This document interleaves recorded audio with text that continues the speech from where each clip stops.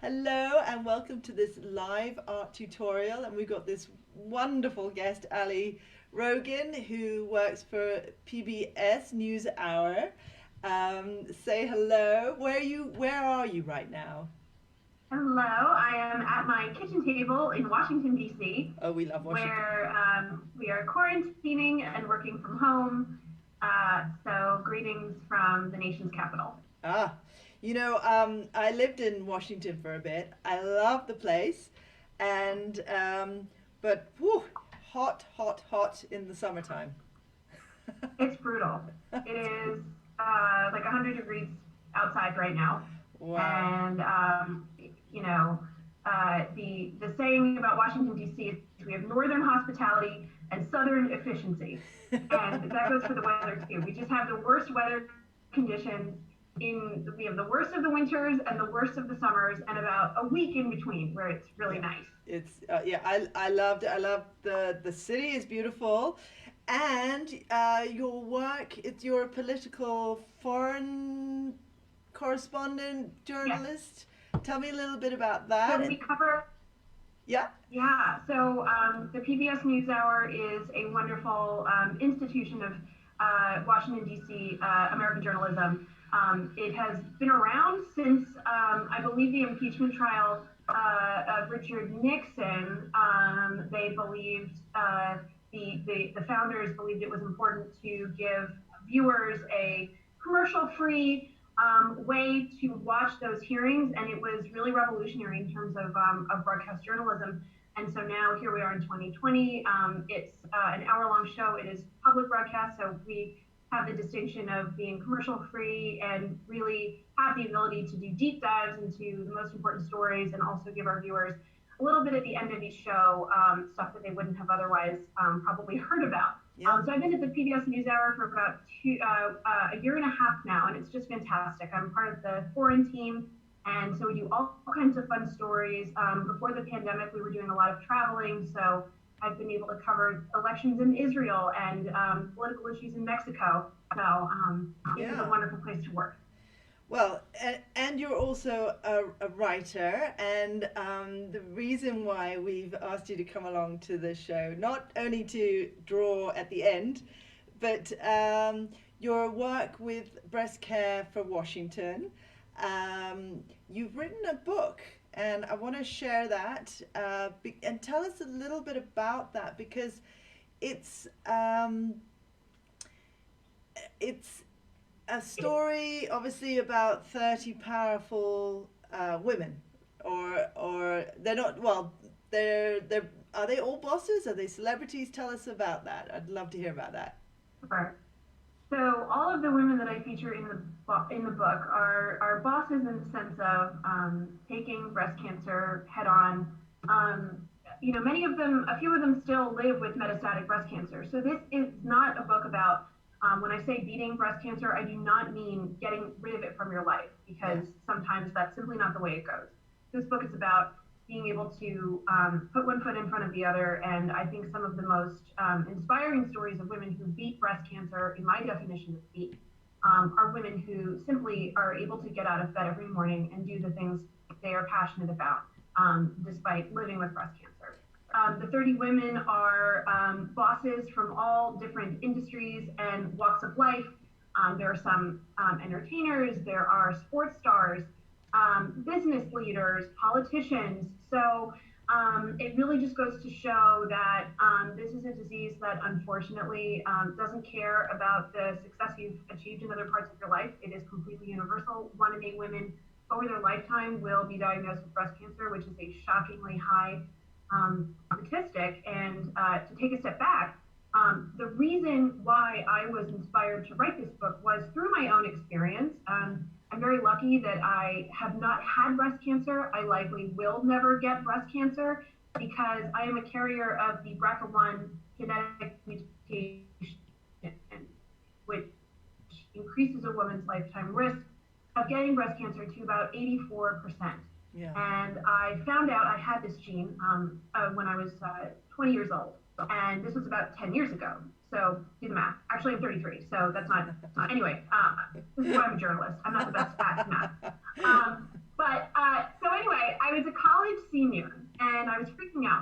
was I wasn't getting a lot of there wasn't a whole lot of available information for women like me, young women who were looking to reduce their risk. And I had been advised, well, at a certain point, because it also raises your risk of ovarian cancer, you might want to consider having children earlier in life. And for me as a 20-year-old college student, that's not really advice that applied to me at that time. And nobody was really talking about my options to reduce my risk of breast cancer. Finally, I went to one surgical oncologist who said, a lot of women your age are now just doing prophylactic bilateral mastectomies, which is just a double mastectomy with reconstruction. And at that point, it seemed like a no-brainer to me. And I was surprised that it took me so long to uncover that option as something that really wasn't that radical. And a few years after my experience, which, by the way, I did the surgeries, it was, it sucked at the time, but ultimately it's been one of the, it's been one of the best decisions I've ever made. So a few years later, after I went through my experience, Angelina Jolie went out and spoke about her experience with the same genetic mutation and how she also chose to have preventative surgeries.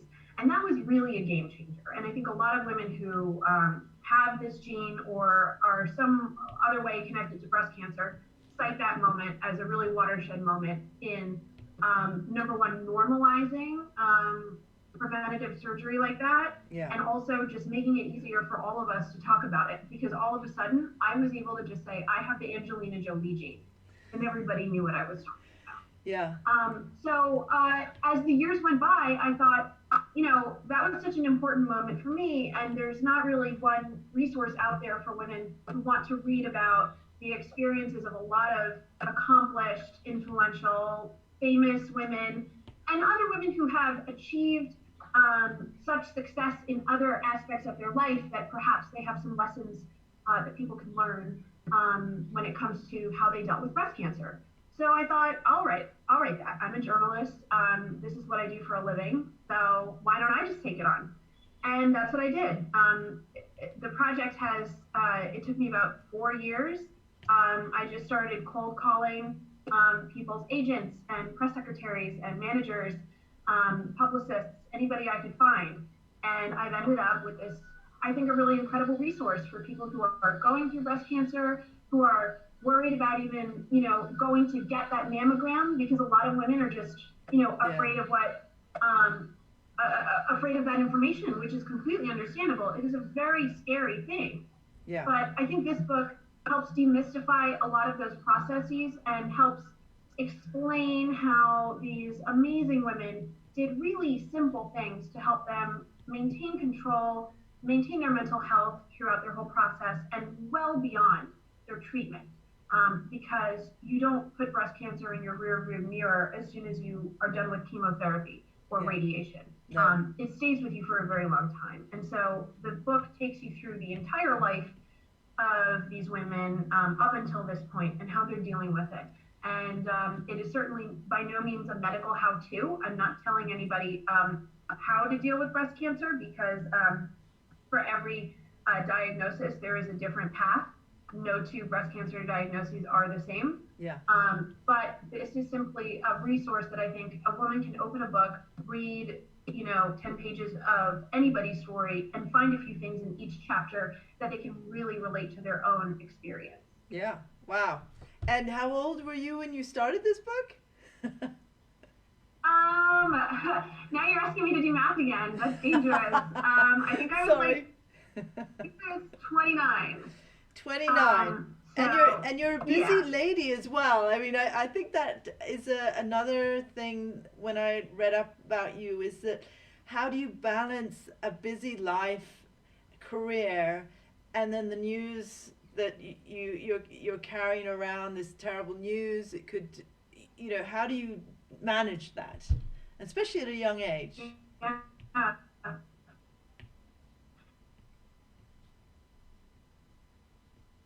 It was an all-encompassing piece of information. I couldn't think of anything else.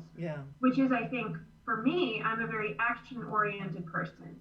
I number one, the reason I was tested for this mutation was because it's something. This mutation is something that if you have a strong family history of breast and ovarian cancer, you are a candidate for testing. Yeah. Also, if you are of Ashkenazi Jewish heritage, you are a prime candidate for testing. I happen to be both of those things. So on my father's side, there is a long history of ovarian and breast cancer. He was tested years before my parents disclosed to me that I might want to consider getting tested. And so when they felt I was old enough, they gave me the option. And right. So immediately I was like, no, I have to go out and do this right now because knowledge in my mind is power. And I think a lot of other people share that conviction. And so once I received the news, I wanted immediately, I mean, this is how I act with everything. I want to get it done yesterday. So I immediately started going out and trying to figure out what can I do so that I'm not walking around with what felt like a ticking time bomb on my chest. And a lot of women who, have this genetic mutation or other genetic mutations report that same thing, that it is so stressful. It takes over your life. Yeah. Again, there was just such a scarcity, I felt, of information, save for a couple of books, really wonderful books. For anybody that's watching this and is looking for other resources, my book comes out in a few months, so you can buy that. But also, there's an incredible book called Pretty is What Changes by Jessica Queller. And it's just a beautiful book that is written for women. It takes us through her experience with genetic testing and surgery and dating and all the things that you have to think about as a result of something like this. Yeah. And so, I ended up putting it out of my mind once I was tested. I was getting ready to go study abroad in Italy. And so I was able to put it out of my mind for that entire trip, which, I know we'll get to later because I love Italy and that it's like, the picture that I've chosen for you to draw. But I was able to put it out of my mind. But then as soon as I got back, it was like reality hit me. And I met up with another doctor who said, no, like lots of women your age are doing this. And they're just getting reconstructive surgery. It's no big deal, especially when you're young. My body bounced back immediately. And now I don't have to worry about this anymore. And it's I view it as a total blessing that, I feel like I got the easy way out because, a lot of women don't have the option to reduce their risk to the extent that I have. I went from 84% to about, single digits because it's never fully, at zero. But I just consider myself very lucky that I'm not going to have to do this sort of annual, sometimes biannual testing that most women do to, monitor their risk for this insidious disease. Yeah, it is terrifying to go to the appointment, to wait for the results. It's and the medicine is out there now, and I noticed that the breast cancer charity in Washington is also about equal care for for everyone. So that's a big part of the charity, which I love. So yes, we need to talk about this landscape. I hope you're recognizing it. Tell us a little bit about it and why you picked this for the drawing that I was going to do for you today. Yes. I first of all, I confess I can't. I think I lost the ability to view it. Are you on Facebook? We can get you back. Are you able to see it on Facebook? Oh, let me see. I'm so sorry, Andy. It's live. That's why we. You told me to watch it on Facebook. Yeah. No, you told me to do that. Are you on Facebook? It should be showing as live. No. Oh, I hope everything's all right. Not presently. So hold on, let me pull it up on my phone because my phone is silent, so I can watch it there. And not, I'm so sorry. I No, just don't totally, worry. We have, I shall carry on chatting away because one of the fun things we're doing today is I know you have this oh, yeah. beautiful book cover, but we're going to have fun because this is an art tutorial and I wanted to do um, a lesson on how to draw with pencil and light and shade. And then we'll just make it into a book cover so that Oh, you can see Cortona as a book cover for your, beat cancer bosses. Tell us a little bit about, are there any particular interviews with anyone we might know that really blew your mind about how they dealt with this? yeah, absolutely. First of all, I can see it now, so I Good. apologize. Don't And it worry. looks lovely. I love I see the town hall, which has come into appearance, and this is a very special place for me because on the very stairs that you have drawn, that's where my husband and I took some of our engagement pictures a few years ago, before we got married in 2016. So very, very dear to my heart. This is phenomenal. I'm Good. so excited to see this come into reality. Brilliant. But in terms of the interviews, I mean, yeah, one of the things, and so I'm going to answer by instead of looking just at one person, I want to highlight one common theme that really blew my mind because I didn't know that this is something I was going to discover. Was almost every single woman I interviewed, to a person, experienced a moment in some part of their journey where they felt that they had to go above and beyond to be their own best advocate for their own health. That they felt that a doctor wasn't giving them the full information that they really deserved, or they were withholding something critical, or it took them a long time to get an appointment, or people told them, in one case, Edie Falco, the actress that we all know and love from The Sopranos, talked about how she had gone in to examine some what ended up being benign cysts in her breasts, but then a few years later she went back and they were malignant. And she recalled just feeling like her medical providers just dropped the ball in terms of being really vigilant about things that they maybe should have been a little more. Yeah. So that is something that all of these women report having to really speak up for themselves in a really unbelievable passage. I spoke to the actress and author Jill Cardman, who, like me, has a genetic predisposition. So she had preventative work as well.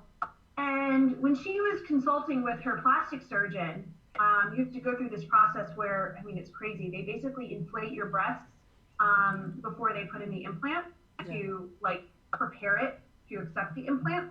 It's a really wild process that involves a massive needle that inflates your breast with air. It's super weird. And you have to go in every couple weeks for periodic fills. And she's there and the doctor's like, yeah, okay, well, we're gonna do a few more fills because I've got to make this little dent perfect and whatever. And she's like, no, I don't want to be any bigger. I don't want any bigger boobs. My boobs are fine. And his response to her was, trust me, your husband will thank me. Oh, dear. And I mean, it just blew my mind. I mean, this was a few years ago, so this is still happening. It's just shocking. And one last thing is, and this ties into why I chose Breast Care for Washington. As you mentioned, and I think a big part of the Black Lives Matter conversation that the world is having right now, especially in the United States, one sort of an advantageous corollary to the discussion that's arisen out of police brutality has been a renewed focus on the disparity of healthcare that Black and Brown Americans face in this country. And that has a lot to do with simply walking into a clinic or a doctor's office and being treated differently. We've seen in recent weeks leaders in their communities, mainly white, repeating erroneous information about Black and brown people and their susceptibility to disease. There's this completely insane perception that, Black people have a higher tolerance for pain, therefore we need to, look at treating them differently. But so one of the things that I think was really essential to bring out in this book was the experience of some of the Black women who I interviewed and the disparities that they faced when they walked into exam rooms. One in particular, Christia Donaldson, who runs a very successful hair care line called Thank God It's Natural, reports that when she went in initially to get the results of her mammogram or to follow up on a sort of questionable mammogram, which ended up detecting her cancer, she went to a clinic that sees a high volume of Black and brown patients on the south side of Chicago. And, this is a woman who has 2 Harvard degrees and, is always someone who is, who makes a point to educate herself on anything that she's going through, whether it's medical or having to do with her business. Yeah. But she came in armed with all sorts of questions, all sorts of research that she had done. And what she said was like, the doctors were like really taken aback because they are used to a certain clientele who unfortunately feels less empowered to ask those questions and to take control of their healthcare in the same way that a lot of, frankly, a lot of white patients do, because they simply feel because the system is set up to, just make things easier for white people in a lot of ways. So they're conditioned to feel entitled to some of that medical care and information that Black and brown people simply don't have those lived experiences, so that when they walk into an exam room, they feel empowered. And that is something absolutely that should not be the norm. And another problem is that a lot of minority communities live in medical deserts. They don't have access to quality care. And a lot of people end up seeing general practitioners when they need to be going to specialists. And so what Breast Care for Washington does, which is why I'm so passionate about their work, is they provide high quality mammograms and other screening for people regardless of their ability to, regardless of their insurance status. So if you cannot pay for it, that's not going to stop you from being able to go get a mammogram, because that is the number one most important thing you can do to stay on top of your breast health, whether it's catching breast cancer early or simply monitoring it so you can track irregularities over time. They have these wonderful things called mammovans, where they drive around to some of these communities where it's very difficult to get this kind of specialized care. And they do, they'll have it stop somewhere and people can just come and get a full plate of procedures done on site. So it's a critical step in the right direction, and Washington D.C. Has a particularly high amount of minority communities where this is a huge problem. And one last thing on this is that Black women are 40% likelier to die of breast cancer than white women, even though they get breast cancer at lower rates than white women. So that is a hideous disparity that needs to be something that we focus on as this conversation, fortunately, about healthcare disparities continues. Wow. You have been amazing on covering all that, and I couldn't have timed it better. Brilliant. And I think a really sweet thing is that you've shared all this information, you've put it in a book, you're talking about it openly, giving people the confidence. And now my little gift to you is I'm just going to draw you here with your, was he your fiance already? We're just going to... Yes. So I'm just gonna put you 2 lovebirds in here because I think it's important that I know it looks very toy-like at the moment, but I'll tidy it up. But Okay. there you go, the two of you. I'm just going to put some shading in here, and then I'm going to put a bright red top on you just to give you some light. Love it. Because I think there's obviously a positive side to all of this. The hard work that everyone's doing. We just had somebody writing, "That's beautiful," from Birgit Cunningham. Thank you. Yeah. I think she's in London. Oh, it's lovely. Oh, look. I told you that somebody might be making a cameo. Well, I've got you two. Let's. Oh gosh, we've got. Guess who's written in? I don't know if you can see these notes. Your husband has written in. Very sweet. He's watching all the way in the other room. Oh, I thought you were going to say he's somewhere exotic, but I totally forgot that it is. People can't go anywhere. Okay, so I've got you two kissing in Cortona. Oh. And then we're gonna have some fun. So cute. I'm gonna make it into a book. So let me move this one around a little bit. Oop, let me go back a second. It's just a bit of fun. So I'm just going to link that together. Right. So imagine this is a book, and I'm just showing you how we. That's the front and the back of the book, and then we're going to put the text on there. I might have to shrink that down a bit.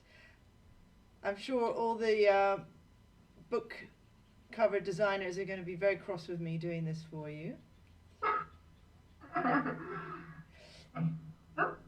And then, there we go. We got a book cover.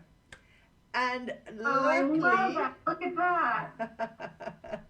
Amazing. So that's you two. So there is hope, and there is love, and there's all these wonderful things thanks to your book. Now, of course, at the end, I always need to remember this. We've got a donation button at the end of these videos, more links to your book, and now we're going to do some drawing. And I hope you haven't thrown your cat away because we're going to draw your cat. He is just under my feet. So is he a ginger tabby, orange tabby? And so, have you got your pen and paper ready? I do. I do. Right, we're going to draw him. And let's see. Okay. Is he quite a naughty cat, by the way, or is he? Yeah. You know what? He is. They're both very mischievous, but Dizzy especially is so sweet and cuddly, and he just wants to be in my lap all the time. So, he's a good kitty. He really is. Yes. They get into a little trouble, but I will put both your cats in here, and but you're going to have to draw them too. So let's. There is always a little bit of a delay with Facebook, but we're just going to do a triangle here, and you have to copy me. And then we're going to do another. Oh man, I am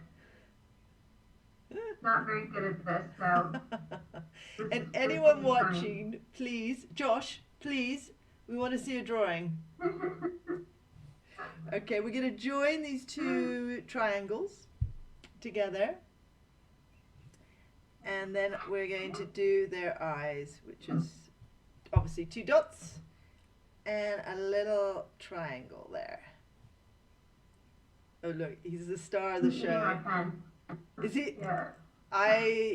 Well, they always say never work with animals. Animals for children, yes. You have the animal part down. Okay, that is great. Tails in the picture. That's fantastic. This is just what we want live. Okay, and now we're going to do sort of an upside down heart. Oh. And a little U underneath his chin. Very tiny U. He's quite a slim cat, isn't he? He is. They're very little still. They're just a few months old at this point. Okay, well So then they're like kitty toddlers. I'm gonna make him Oh. into a kitten. So he'll have a little body, but big paws. So here we go, big paws. And then another paw. There we go.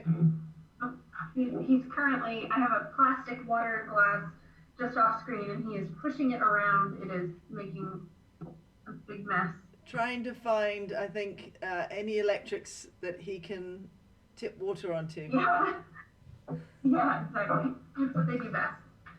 So there's 2 cats, okay? So we're going to draw a second cat. And I want you to do a triangle on its side. And another triangle here. And we're going to join them. And this one's going to have his eyes closed. So we're creating, I don't know if you've seen our shows before, but we we have done cats before, so I'm going to vary it a bit for anyone that's drawing. Okay, little triangle nose, and then that upside down heart. And a little chin. And then another big circle round. If Josh is in the next room, he needs to bring his drawing so that we can all see it. Yeah. Is he camera shy? He can't Josh. be. He can't be. He's on the news. No. Yes, he is definitely not. Camera shy is one word that does not describe my husband. Right. So these little circles that are done are his paws. He's crossing his paws. I can hear the cat. Or is that your tummy? That is him abusing this water glass. The entire table is now wet. Is he drinking out of a straw? That's amazing. Okay. Oh, he's not. Okay, and then we're going to do another circle here. And he obviously, so it's two boy cats, yeah? Yeah. Lovely. Oh. And then we're going to go over a little bit. Another U on the other side. Another little U for the feet. And then I think we need some tails. And then we're pretty much there. Just one little detail. I'll finish her off and you can do the same. We're going to do the tails. Of course, I should put sort of tabby stripes, but I'm just going to draw here on the left your cat having a straw. I'm using my hair. There you go.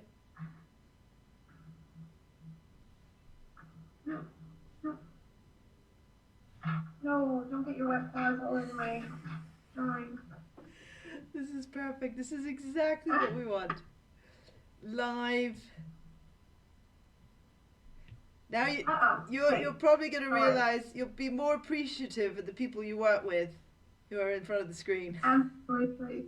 Yeah. Okay, so there we go. We got your cat drinking. Oh. And of course, they have to have whiskers, otherwise they're not cats. That's right. So I think we've got to know you, Ali, in a completely different light. Yeah. Oh my goodness. This is so great. Let's just don't worry. Slight delay, so take, sure take your time. And I just want to sort of, we'll definitely have to see your drawing and give a critique. I'm sure it's you are a high achiever, so I'm sure this will be amazing. And hopefully some of that Italian romanticism and Renaissance that has rubbed off on you, and this is going to be a little Michelangelo. Yeah, definitely. Cat. Yeah. Right. Michelangelo solo creation. Oh my gosh. Okay, so here's mine. Let's have a look and hold it steady. Wonderful, Josh.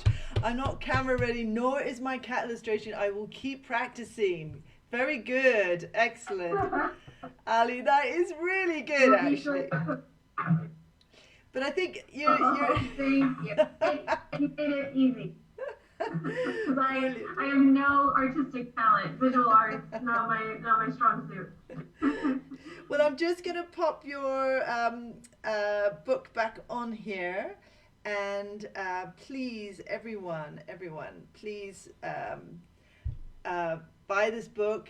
I think some of the money goes to charity, and we've got a donation button at the end. Yeah, so thank you so much. And anything else you'd like to say? That's it. Thank you so much for having me. This is so much fun. Brilliant. You're welcome, and all the best. And it's so great that you're able to come onto the show, and we really thank you for doing a wonderful drawing as well. Thank you so much. Stay on the line, Thank you so much. yeah, all the best. Take care. Bye.